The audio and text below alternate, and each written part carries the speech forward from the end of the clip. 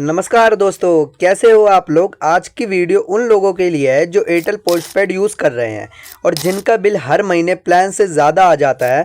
कभी 300 आ जाता है, कभी 399 आ जाता है, कभी 600 आ जाता है या 800 आ जाता है। तो आज हम ये समझेंगे कि एक्स्ट्रा चार्जेस होता क्या है और ये क्यों लगता है और इसको कैसे रिमूव कर सकते हैं या रिजर्व कर सकते हैं। वीडियो एंड तक ज़रूर देखना, क्योंकि लास्ट की वीडियो में आपको कुछ ऐसे इंपॉर्टेंट टॉपिक बताने वाला हूँ जो आपके लिए बहुत ज़्यादा इंपॉर्टेंट हो सकते हैं। ठीक तो रहने दो फिर दोस्तों, तो इस पार्ट को मैंने 7 पार्ट में डिवाइड करा। देन आप लास्ट तक जरूर देखना, क्योंकि हर पार्ट में कोई ना कोई प्रॉब्लम्स या कोई ना कोई चीज़ ऐसे बताऊंगा जो आपके लिए बहुत ज़्यादा फायदेमंद होगी। दोस्तों, पार्ट 1, एक्स्ट्रा चार्जेस होता क्या है। दोस्तों, एयरटेल पोस्टपेड में एक्स्ट्रा चार्जेस का मतलब वो पैसा जो आपके प्लान के अलावा लगता है। प्लान एक फिक्स रेंटल होता है, बाकी सब यूजेस पर ऊपर होता है। मतलब कि जब आप एयरटेल पोस्टपेड में जब आप सिम करते हो तो उसमें एक प्लान फिक्स होता है कि हम इतने ही प्लान पे आपको इतना रेंटल बढ़ाएंगे या इतना रेंटल घटाएंगे। ठीक है दोस्तों, तो पार्ट 2 आता है। दोस्तों, अब पार्ट 2 में क्या होता है, एक्स्ट्रा चार्जेस किस किस चीज़ पे लगता है। अब यहाँ डिटेलिंग में एक्सप्लेन कर रहा हूँ आपको, तो ध्यान से सुनना। ठीक है दोस्तों, सबसे पहला होता है आपका international MSS charges, SMS charges, international SMS charges. ठीक है दोस्तों, बहुत लोग को ये समझ नहीं आता। जब आप व्हाट्सअप, फेसबुक, बैंक, गूगल या कोई वेरिफिकेशन करते हैं तो कुछ ओटीपी एसएमएस इंटरनेशनल कैटेगरी में काउंट हो जाता है। इंटरनेशनल एमएमएस पर 5 रुपये से 7 रुपये जीएसटी लगता है। इसका बिल 50 से 300 तक हो जाता है। एक्सप्लेन मैं करता हूँ आपको।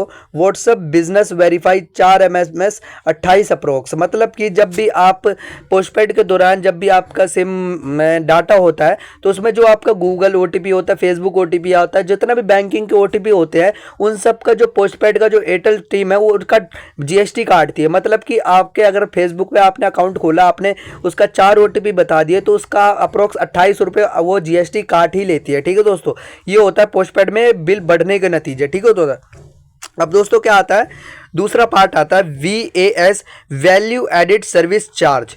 ये क्या होता है दोस्तों, ये वो चीज़ है जो कभी कभी एक्सीडेंटली एक्टिविटी हो जाती है, जैसे caller tune, game subscription, news service, music सर्विसन। इसके चार्जेस 30 से 99 पर मंथ होते हैं।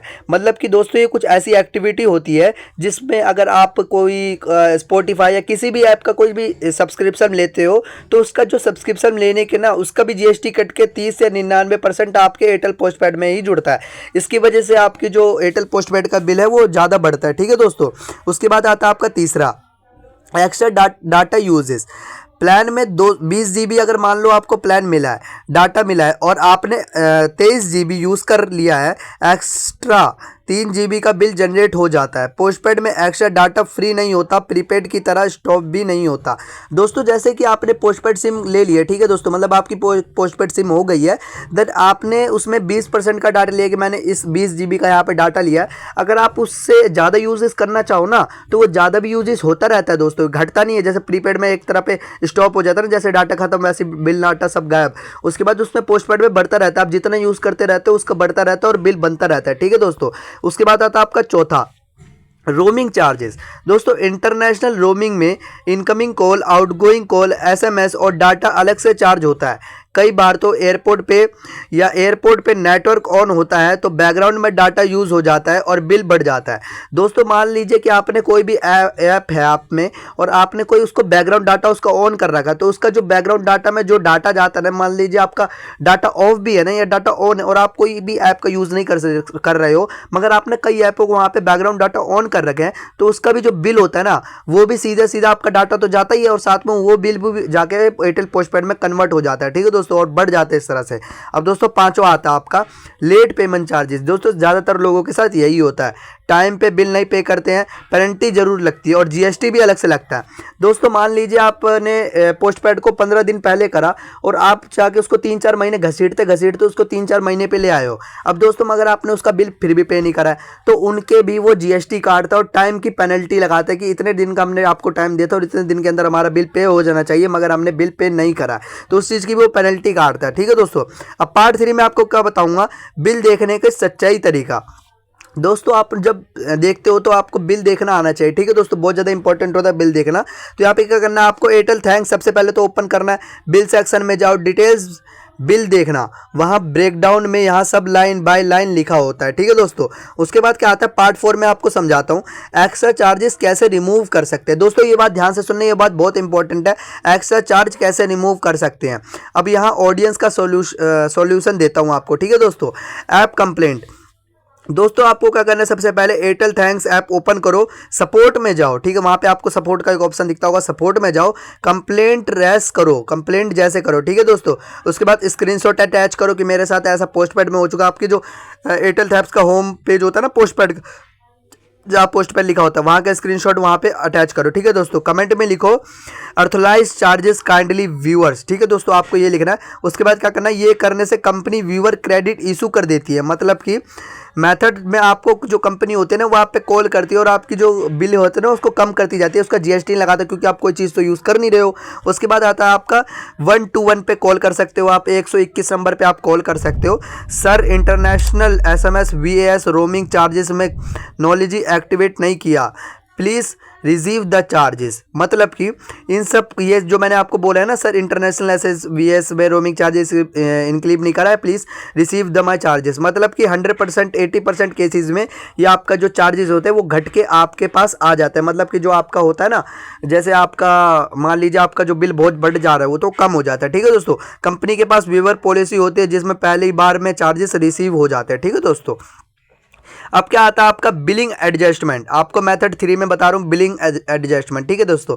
कई बार टेलीकॉम वाले बोलते हैं नेक्स्ट बिल में एडजस्ट करो, इसका मतलब रिफंड नहीं देंगे पर नेक्स्ट मंथ का बिल कम आ जाएगा। दोस्तों ये भी आपके साथ बहुत बार होता है दोस्तों, आपको अपना बिल अगर आपको आधा पे करना है तो आप डायरेक्ट आधा पे करके अपनी सिम को पोस्ट पेड प्रीपेड में कर लीजिएगा, और जो आधा बिल होगा वो अगले महीने में एडजस्ट करके आप इजीली वहाँ पे भी पे कर सकते हो, ठीक है दोस्तों। अब पार्ट 5 में आप बताता हूँ आपको फ्यूचर में एक्स्ट्रा चार्जेस कहाँ से बचना है। सबसे पहले क्या करना है, VAS ऑफ रखो, हमेशा VAS ऑफ ही रखो, ठीक है दोस्तों। आपके फ़ोन में सेटिंग में जाओगे आप VAS लिखोगे अपने आप VAS आ जाएगा, ठीक है, उसको ऑफ रखो। इंटरनेशनल SMS डिसेबल रखना, ठीक है दोस्तों। इंटरनेशनल SMS कभी इनेबल मत करना, डिसेबल ही करना है, क्योंकि वो बहुत ज़्यादा इंपॉर्टेंट होता है आपके लिए, ठीक है दोस्तों। इंटरनेशनल रोमिंग को भी ऑफ कर देना है, डाटा अलर्ट को भी ऑन कर देना, और टाइम पे बिल पेमेंट जरूर करना है, सबसे ज़्यादा बहुत ध्यान में रखने वाली चीज़ होती है। ऐप में यूजेस मॉनिटर करो, जो ऐप में है ना उसका बैकग्राउंड डाटा सबको ऑफ कर दो। और बोनस टिप आपको दूं ना, जो मैं आपको सबसे लास्ट में बताने वाला था कि लास्ट टिप में आपको बहुत अच्छी तरह से बता रहा हूँ, ठीक है दोस्तों।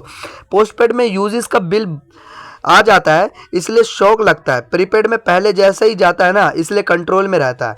मतलब कि अगर आप मैं पोस्टपेड में पहली बार करो तो आपको शौक लग जाए कि मेरे इतने बिल कैसे आ गया यार, और प्रीपेड में आपको लिमिटेड डाटा मिलता है कि हम इतना यूजेस कर रहे हैं और इतना ही यूजेस कर सकते हैं, ठीक है दोस्तों। तो हम ये छोटे मोटे पॉइंट को हम समझ चुके हैं धीरे धीरे। अब आपको जो मैंने मेन टॉपिक समझाए थे ना, सबसे पहले तो आपको जो भी चीज़ मैंने बंद करने के लिए बोली थी वो बंद कर लीजिएगा, और टाइम पे पेमेंट जरूर करना उनकी। अगर आप गलती से आपके पोस्टपेड हो चुका है तो मैंने आपको उसका बिल कम करने का तरीका बताया, ठीक है दोस्तों, और आप ऐसे कम कर सकते हो। अब दोस्तों हम यहीं पे वीडियो को एंड करते हैं। जो भी अगर आपको इसके रिलेटेड भी कोई सवाल है ना तो आप मेरे कमेंट में आराम से पूछ लीजिए, मैं सारे सवाल का आपका आंसर दे दूंगा। तो दोस्तों ये था एयरटेल पोस्टपेड का सबसे कॉमन एक्स्ट्रा चार्जेस, उनका रीज़न और उनका कैसे रिमूव करते हैं। अगर आपको अभी भी एक्स्ट्रा बिल आया है तो कमेंट में लिखो और कितना आया है कोई किसी रीज़न से। और अगर ये वीडियो हेल्पफुल लगा हो तो लाइक और शेयर जरूर करना। टेलीकॉम रिलेटेड और इंफॉर्मेटिव वीडियोज़ के लिए चैनल को सब्सक्राइब जरूर करना, ठीक है दोस्तों। तो हम यही वीडियो एंड करते हैं। आपका भाई अभिषेक आपसे मिलता है नेक्स्ट वीडियो के साथ, ठीक है दोस्तों।